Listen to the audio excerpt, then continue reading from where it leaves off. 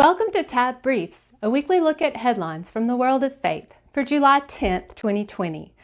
I'm Tab Media Content Editor Carrie McWhorter, and here are some of the headlines that we have been following this week.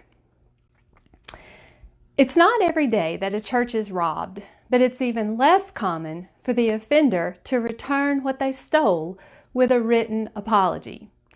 First Baptist Church Grand Bay recently placed American flags across its campus to celebrate the Independence Day holiday. Ribbons were placed on each of the flags to honor veterans of the U.S. Armed Forces. But when church members arrived on Sunday, July 5th, they realized that 4 of the flags were missing. A thief had stolen multiple flags from the church's property. But later, the thief returned the flags with a note asking for the church's forgiveness. The letter reads in part, "I am sorry for taking the flags.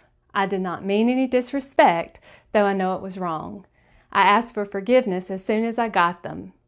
I truly apologize, and here are your flags back." First Baptist Grand Bay pastor Royce DuBose told a local TV station this week that the church does not know who the culprit was and that they really don't want to know, so as not to further embarrass him or her.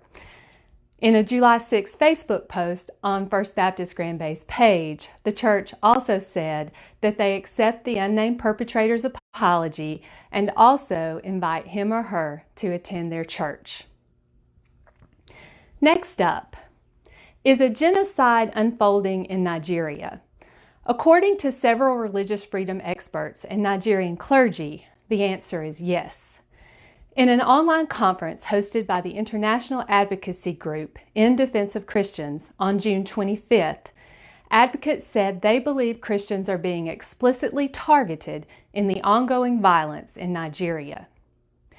For years, Boko Haram Islamic militants have raged against minority Christian communities in northern Nigeria, declaring their intention to drive out Western influences and establish an Islamic State in northern Nigeria.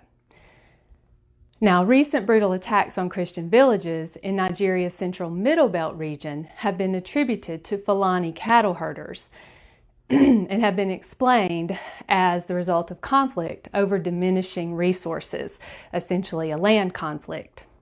Frank Wolf, a retired former member of Congress from Virginia, said he was dismayed for America to see genocide and not do anything about it.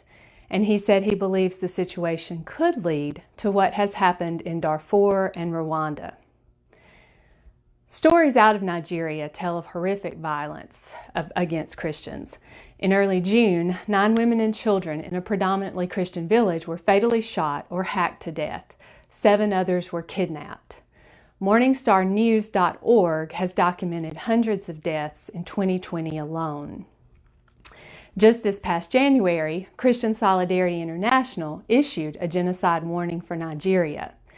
And persecution monitoring groups such as Open Doors and Humanitarian Aid Relief Trust estimate that more than 7,000 Nigerian Christians have been killed for their faith in the past 5 years alone.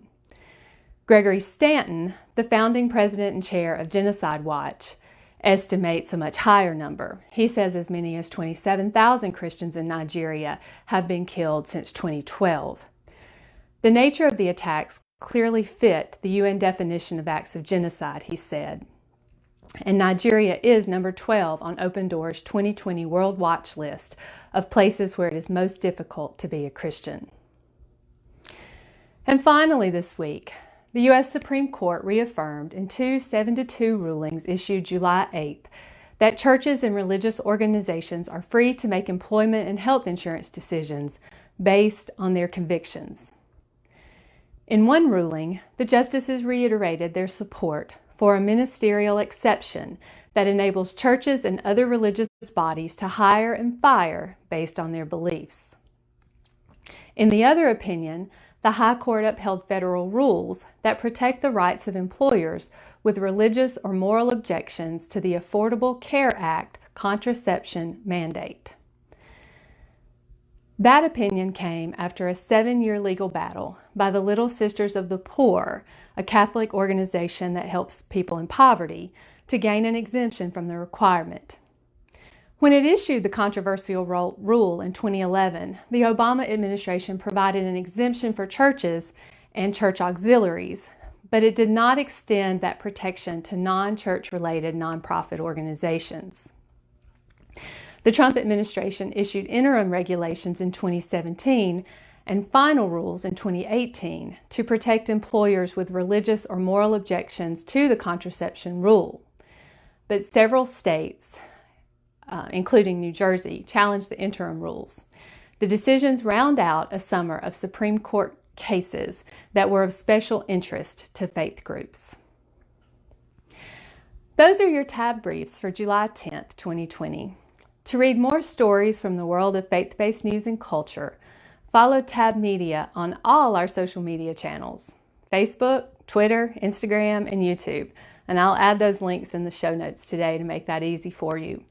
And be sure to check out our other podcasts, TAB Talks, TAB News, and TAB Stories. That's coming soon. You'll find all of these at tabonline.org/podcasts and all the latest news at Tab Online. Thanks for joining us, and we'll see you all again next week.